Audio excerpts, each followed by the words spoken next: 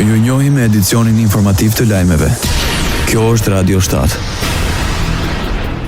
Kuvendi i Kosovës dështoi edhe një herë tjetër për zgjedhjen e presidentit të Republikës. Opozita vendosi dje të bojkotojë seancën e jashtëzakonshme, ndërsa në sallë ishin të pranishëm vetëm 64 deputet nga 80 që duheshin për zhvillimin e seancës.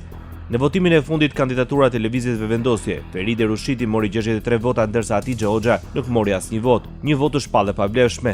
Ndërsa Lidhja Demokratike e Kosovës me në krye Lumir Abdigjiku zyrtarizoi Vjosa Osmanin si kandidate për presidente duke mbledhur dhe 15 firma nga grupe parlamentar. Sot zhvillohet seanca e fundit për votimin e kreut të shtetit. Në rast se partitë nuk dakordohen për pasardhësinë e Vjosa Osmanit, kuvendi do të shpërndahet dhe brenda 45 ditësh Kosova do të zhvillojë zgjedhjet e reja parlamentare. Jo kushtetuese komentoi kryetari i Partisë Demokratike të Kosovës seancën e SAN-s lidhur me çështjen e zgjedhjes së presidentit. Bedri Hamza kërkoi ndërprerjen e kësaj praktike me qëllim që të ruhet stabiliteti politik të institucionet e vendit. Në të kundërt sigurisht që ka rrezik, dhe ky rrezik ka adresë, e adresa e kësaj është lëvizja vetvendosje dhe Albin Kurti, deklaroi Bedri Hamza. Kjo çka ka ndodhur sonte, veç ka ndodhur shkelja e kushtetutës. Është hyrë në procedurë të votimit, çështja e zgjedhjes së presidentit apo presidentes në mënyrë kundërkushtetuese. Dhe kjo praktik do të ndërpritet. Nuk dëshiroj, nuk du me besu që me prodhu situatë që vendi me shku në anarki. Nuk mundet mënyrë antikushtetuese me u zgjedh presidentja apo presidenti i vendit. Sipas tij, prej datës 25 dhjetor deri më sot nuk ka pasur as sinqeritet, as seriozitet dhe as vullnet që vendi të ketë institucionet. Kryetari i Lidhjes Demokratike të Kosovës akuzoi lëvizjen vetvendosje për përmbysje të rendit kushtetues dhe rendit demokratik. Për Lumir Abdigjikun, ky sabotim i kushtetutës, institucioneve të Republikës ka përgjegjësi të lartë. Ky sabotim i kushtetutës, institucioneve të Republikës ka përgjegjësi të lartë dhe këtë përgjegjësi të lartë do ta mbajnë ata që tentuan dhe iniciuan përmbysjen e këtij rendi kushtetues.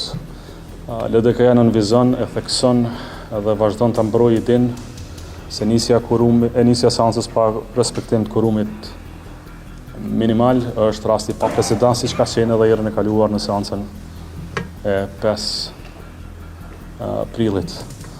Si të tillë e dënojmë dhe natyrisht do ta mbrojmë me çdo mjet e çdo çmim, meqense Kushtetuta e Republikës së Kosovës dhe vetë Republika e Kosovës është e panegociueshme këtë kohë.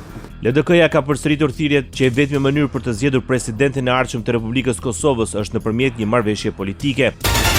Kryetari i grupit parlamentar nga Alianca për Ardhmërinë e Kosovës e vlerësoi antikushtetuese seancën e jashtëzakonshme të kuvendit për çështjen e presidentit. Besnik Tahiri deklaroi se kjo situatë kaq serioze, kaq e rrezikshme për demokracinë e vendit, pa asnjë dyshim është cënimi i rënd i rendit kushtetues dhe një tentim për gru shteti. Alianca paralajmëron se në këto rrethana do të marrë të gjitha veprimet e mundshme për të parandaluar një veprim të tillë. Është një gabim i madh. Sot ajo ke bën një shkelje të madhe kushtetuese. Ajo që sot kryetaria e kuvendit dhe ushtruesja e detyrës së presidentes ndërmori është pas një dyshim, një goditje e rëndë që është bë rendit kushtetues, që është bë Kushtetutës Kosovës, duke nisur një seancë plotësisht në kundërshtim me rregullat, të cilat janë mirë përcaktuara, ku një seancë për zgjedhjen e presidentit do duhet të kishte prezencën e 2/3. Shefi e grupit parlamentar të lëvizjeve vendosje Arbëria Nagafsi sërish ka ftuar partitë opozitare që të marrin pjesë në seancën e kësaj të martë për zgjedhjen e presidentit. Pasi ka përfunduar pa rezultat seanca e parë e jashtëzakonshme, ajo ka refuzuar të komentojë problemet kushtetuese lidhur me mbajtjen e seancës për votimin e presidentit pa pasur quorum.